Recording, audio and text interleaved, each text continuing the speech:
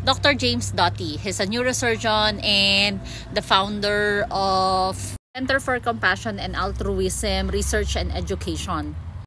He gave away $30 million because it felt good. $30 million pinamigay niya lang kasi nga parang sa kanya natatali siya sa pera. Parang the money is controlling him. That is the reason, a realization that he decides to give away those 30 millions. Parang ganun lang ka-easy, no? 30 million, sige, give it away. I was listening to one of his interview. He's really good. He's very smart. Talagang matututo ka sa kanya. Pero it come to me as a realization kasi laging akong may naririnig na sinasabi nila, not all millionaires are happy. Kasi wala dun yung fulfillment. Hindi nila nasasatisfy yung sarili nila because there's always something missing. This is just my opinion. Come to think of it, lahat ng nagiging hindi masaya, sila yung mga sobrang yayaman na. Hindi lang sila mayaman, sobrang yayaman na. And I am thinking na kahit nga si Buddha, di ba, galing siya sa mayamang pamilya, pero he was enlightened na hindi lang pera ang kailangan ng tao. Parang naisip ko lang, ako masaya naman ako sa buhay ko, but then yung mga sobrang yayaman na, this is what I felt.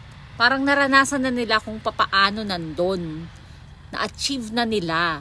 Kaya ang happiness na hinahanap na nila, yung mga bagay that money cannot buy, that money cannot control you. So halimbawa, ganun na karami pera mo, di ba? Marami ka nang natulungan, marami ka nang nabili, na-achieve mo na mga gusto mong ma-achieve, napuntahan mo na lahat ng mong gustong puntahan, you're healthy, you're wealthy, ano pa bang hihingin mo? So yun yung under ka na ng pera. Kaya hindi ka na masyadong masaya doon kasi you will always after with the money. So parang para sa akin, mayaman ka na eh. Kaya yung fulfillment na at peace ang hinahanap mo kasi naranasan mo nang maging mayaman, naranasan mo nang bilhin lahat ng gusto mo. Pero sa mga pangkaraniwang taong katulad ko, nandun pa rin ako sa seeking for gain more because money will give me more. It's not just the material things but what money can give you. I could spend more time with my family, mapaparetire ko na ang aging parent ko, help more, basta may nag-message sa'yo and then asking for this. You know how it feels so bad pagka may nag-message sa'yo and then they would say, may sakit ang anak ko, may sakit ang tito ko, do you have extra to help? You wanted to give more, kaya lang limited lang yung resources mo. Pero kung may extra source of income ka, mas masaya tumulong kapag ka kailangan, lalo na pag mga ganon, pag mga kids ang may sakit, mas gusto mo syempre makatulong. Kaya lang, you have a family of your own as well. So, kailangan, increase mo yung, not the purchasing power, but your income in order for you to help more. So, yung mga mayayaman na nakatulong na ng marami, syempre, andun na sila. Na-reach na nila yung peak point na kung saan, hawak na nila yung maraming pera. So, the 30 million, he doesn't need it anymore. Yun yung na-reach mo na eh. Na-feel mo na kung paano maging mayaman. So, kailangan ma-feel mo naman kung paano tumulong. So, dun mo marireach yung fulfillment na sinasabi nila.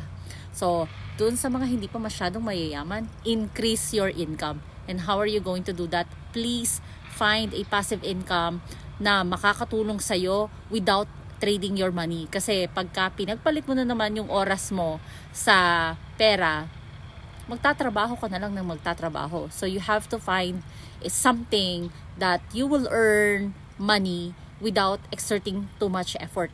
Life is short. Kailangan alagaan mo rin ang sarili mo. Kailangan you have to find ways na mag-i-increase ang income mo pero hindi naman mababawasan ang oras mo para sa sarili mo at para sa pamilya mo. Yun lang. God bless us everyone.